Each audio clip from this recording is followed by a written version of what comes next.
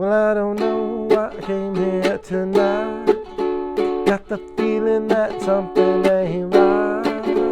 I'm so scared in case I fall off my chair, and I'm wondering how I'll get down the stairs.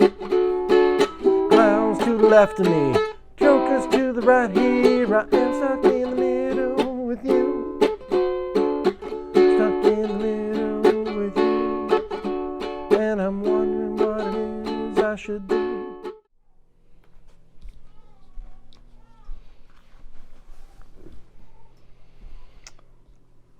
This week I want to talk about being stuck, because that's sort of how I feel.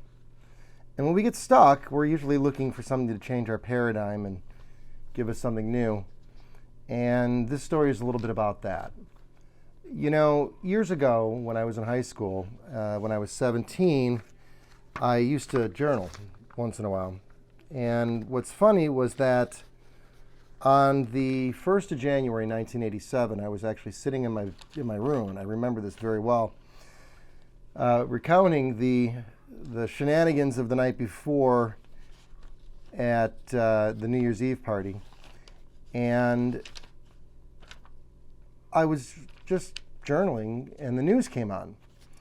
And the news story that came on was a story about the Japan Airlines flight over Alaska that interacted with a flying disc for some, 32 minutes or something like that.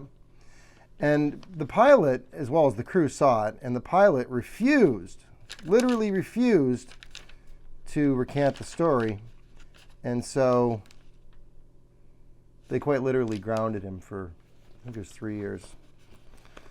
And as I was listening to the news story, I actually journaled, maybe I'll throw you a cleaner picture up there. I actually journaled that the story occurred in November 1986, and that it was not only spotted but tracked on radar. And I remember specifically deciding at that moment that the UFO phenomenon was real. And that phenomenon, or that, if you will, thought process that there is something to this continuing, is sort of where I'm at today as well. I mean, I think it's become fairly obvious to everybody with what's in the news that the phenomenon's real. But what does the phenomenon really represent? And what is it that's happening here on Earth that people just don't have a clue about? And so for that reason, I've invested in all these videos that I've created, and I've done a lot of work, not because I expect a lot of visitors and viewers today, and maybe I'll never get a lot of visitors or viewers to my channel, but I do it because it gives me great satisfaction to be part of a process of learning and growing. And I'm in one of those stuck in the middle positions right now at work. If you don't know what I do, I manage Section 8 housing, and we have a new management company. And I'm having some troubles with the things that they want us to do to our residents. And I can be pretty forceful. And so I'm stuck. I'm stuck trying to decide whether I stand up over these items or I continue to take care of the people with all the rest of them.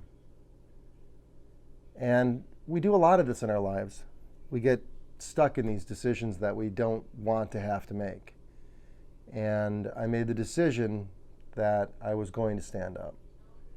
And it may cost me my job, but, I've decided that it's true that we need to stand up when it is time to stand up and stop being stuck. Stop being trapped in this model that has so many flaws. And so I hope you enjoyed the story about when I first decided that the UFO phenomenon was real. And I hope you understand that the purpose of doing these videos is because there's a progression of events coming. And it's important to have some perspective on not just where we are as a world, but who I am and what I'm doing about that, which mostly is just hoping that I'm not insane. I hope you guys have a good day tomorrow, and I thank you very much. Peace.